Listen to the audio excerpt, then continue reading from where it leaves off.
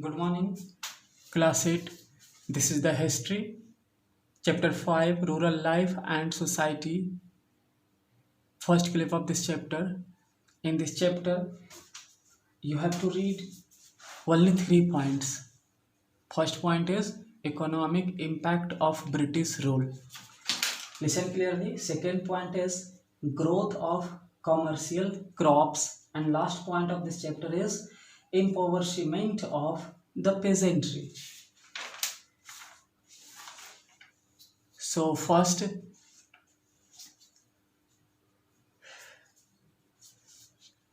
this is the meaning of this chapter. As you have seen, consequence, mainstay, bidder, auction, proprietary, recent, exorbitant, mortgaged, nominal, detention, ejectment, alienation. This is the words meaning of this chapter. And let's start the topic of today. The topic of today is economic impact of British rule. British government India के अंदर उन्होंने बहुत सारे economic policy को लेकर के आया। ये जो इकोनॉमिक पॉलिसी था, इसमें ये एग्रीकल्चर, इंडस्ट्री और ट्रेड से रिलेटेड था। इस पॉलिसी के वजह से इंडियन पीपल के ऊपर बहुत ज़्यादा इफेक्ट पड़ा, क्योंकि ब्रिटिश का सिर्फ एक ही मोटो था इस पॉलिसी के पीछे, उनका अपना फ़ायदा। तो और उनका दूसरा क्या था, अपना फ़ायदा के साथ साथ इंडिया यानी कंट्री, हमारी कंट्री को ज़्यादा से ज़्यादा इकोनॉमिक एक्सप्लॉइट करना। इसी चीज़ को देखते हुए उन्होंने क्या किया, जिन जिन क्षेत्रों को उन्होंने पिछले चैप्टर में देखा, जिन जिन क्षेत्रों को उन्होंने एनेक्स्ट किया, उन क्षेत्रों में इन्होंने इकोनॉमिकल पॉलिसी लगाना स्टार्ट किया। तो ये इकोनॉमिकल पॉलिसी कौन कौन से थे, रेवेन्यू कलेक्ट करने के पॉलिसी कौन कौन थे, ये भी देखना है। और साथ ही साथ ये भी ध्यान से सुनिए कि जिस समय इंडिया के अंदर ये सारी चीज़ें हो रही थी, इंग्लैंड में उसी समय इंडस्ट्रियल रिवॉल्यूशन हुआ था, और इंडस्ट्रियल रिवॉल्यूशन के वजह से ही इंग्लैंड इंडिया से जुड़ा हुआ था और इंडिया से ज़्यादा मात्रा में इनकम कलेक्ट करके ले जा रहा था, और इनकम का मेन माध्यम था यहाँ पे लैंड। इसीलिए लैंड रेवेन्यू कनेक्शन को, यानी लैंड रेवेन्यू जो कलेक्शन था, इसी से रिलेटेड इन लोगों ने पॉलिसी इंट्रोड्यूस की। तो यहाँ पे आपको दिख रहा है लैंड रेवेन्यू पॉलिसी 4 तरह का: जरदरी system, permanent settlement, ryotwari system and mahalwari system. Let's start one by one. The first policy is जरदरी सिस्टम। इसको इंट्रोड्यूस करने वाला व्यक्ति था वारेन हेस्टिंग्स।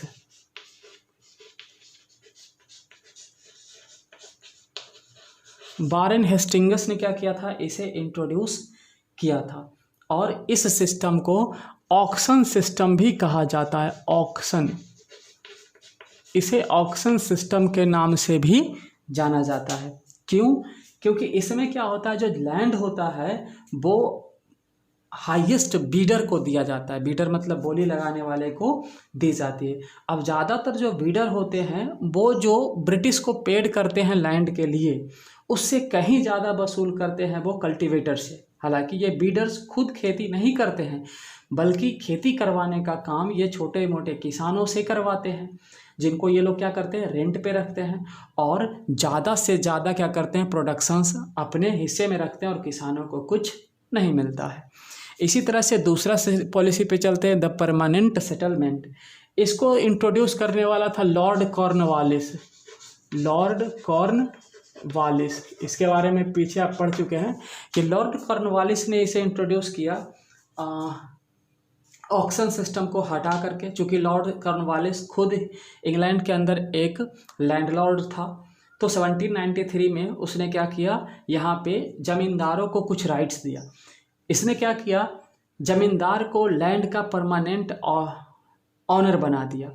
अब इसके बदले उन्हें क्या करना था, हर साल इन ज़मींदारों को फिक्स्ड अमाउंट में गवर्नमेंट को लैंड रेवेन्यू देनी थी, जिसके वजह से पूरे क्षेत्र में काफ़ी मात्रा में लैंड लॉर्ड का एक नया क्लास इमर्ज्ड हो गया, जो कि ब्रिटिश का वफादार हुआ करते थे।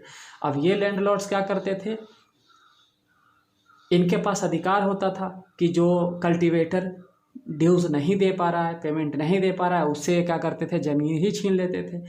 तो इस तरह का ये परमानेंट सेटलमेंट जो हुआ, ये इसके वजह से ये जो लैंडलॉर्ड थे या फिर ज़मींदार थे, इनकी संख्या क्या हुई, बढ़ी। और ये इंट्रोड्यूस किया गया उड़ीसा, बंगाल, बिहार और आंध्र प्रदेश के हिस्सों में। फिर चलते हैं हम तीसरे पॉलिसी पे। तीसरा है रैयतवाड़ी सिस्टम। ये रैयतवाड़ी सिस्टम इंट्रोड्यूस किया गया मेन रूप से कर्नाटका और मैसूर वाले क्षेत्रों में लॉर्ड हेस्टिंग्स के द्वारा। लॉर्ड हेस्टिंग्स के द्वारा, ये वारेन हेस्टिंग्स है शायद। अब ये इसको जब इंट्रोड्यूस किया गया तो यहाँ पे क्या होता था, जो ज़मीन के जो मालिक होते थे वो मेन रूप से कल्टीवेटर यानी खेती करने वाले ही होते थे। और ये जो सिस्टम होता था ये हर 20 से 30 साल पे इसको रिपीट की जाती थी। तो ये सिस्टम गलत नहीं था, बट इस सिस्टम में कमी क्या थी कि जो ब्रिटिश ऑफिसर्स रेवेन्यू वसूल करने जाते थे वो करप्ट होते थे और बहुत ही बेरहमी से रेवेन्यू वसूल करते थे। और ज़्यादा जितना प्रोडक्शन होता था उसका आधा से ज़्यादा वो लोग क्या करते थे, रेवेन्यू के रूप में कल्टीवेटर से छीन लेते थे। और यदि फेमाइन आ गया, सूखा आ गया, तो वैसी स्थिति में भी इनको रेवेन्यू चाहिए, जिसकी वजह से ये सिस्टम थोड़ा सा खराब ये भी था। अब चलते हैं अगला है mahalwari system. Mahalwari system introduce किया गया गंगेटिक वैली में, खास करके पंजाब और सेंट्रल इंडिया के कुछ हिस्सों में। इसमें क्या होता था, महाल्स मतलब होता है group of villages. Groups of villages को पंजाब वाले क्षेत्रों में उस समय महाल्स कहा जाता था। तो क्या किया गया कि ये जो महाल्स होते थे इन्हें ब्लॉक बनाया गया और इसी महाल्स का ऊपर रिस्पॉन्सिबिलिटी होती थी कि ये लैंड रेवेन्यू कलेक्ट करके ब्रिटिश गवर्नमेंट को पहुंचा दे। तो ये था महालवारी सिस्टम। अब इस सिस्टम के वजह से बहुत ज़्यादा फ़ायदा हुआ। जैसे जो रूलर थे वो उनका टेरिटरी छीन ली जा रही थी, जो नॉबिलिटी थे उनके अंदर से ज़मींदार की संख्या कम रही थी, बेचारे पीजेंट का स्थिति बहुत ही मेजरेबल हो गया। इसी तरह से क्राफ्ट्समैन भी बहुत ज़्यादा सफ़र्ड हुए क्योंकि उनको विदेशी गुड्स का कंपटीशन करना पड़ा। ये सारी चीज़ें ही रिवॉल्ट वाले सिचुएशंस लेके आई। तो इसमें एक देख रहे हैं टॉपिक लास्ट में, effect of the land revenue system. इसका इफेक्ट क्या पड़ा, सबसे पहला इफेक्ट क्या पड़ा कि इस सिस्टम के वजह से जो रेवेन्यू था वो बहुत बेरहमी से वसूल किया जाता था, जिससे किसानों की स्थिति बिगड़ गई। दूसरा, परमानेंट सेटलमेंट की वजह से समाज में एक नए सोसाइटी यानी लैंडलॉर्ड क्लास की इमरजेंस हुआ। तीसरा, पीजेंट्स जो जमींदार होते थे इनको ज़मीन के डेवलपमेंट से कोई मतलब नहीं होता था, ये रहते थे बड़े बड़े शहरों में, बट जब फसल उपजता था तो गांव से ये अपना इनकम वसूल करके ले जाते थे। चौथा, पीजेंट्स जो थे इन दिन प्रतिदिन पैसे के कर्ज में डूबने लगे और उसके बाद भी ज़मींदार इनको क्या करते थे, ऑपरेस करते थे। तो ये सारा का सारा जो भी टॉपिक आप देखें लैंड रेवेन्यू कलेक्शन वाला जो पॉलिसी, जरदरी, परमानेंट, रैयतवाड़ी और महालवारी, ये आज का फर्स्ट क्लिप का है। अगले क्लिप में हम लेकर आएंगे कॉमर्शियल क्रॉप्स का और उसके बाद लेकर आएंगे इम्पोवर्सिवमेंट ऑफ पेजेंट्री का।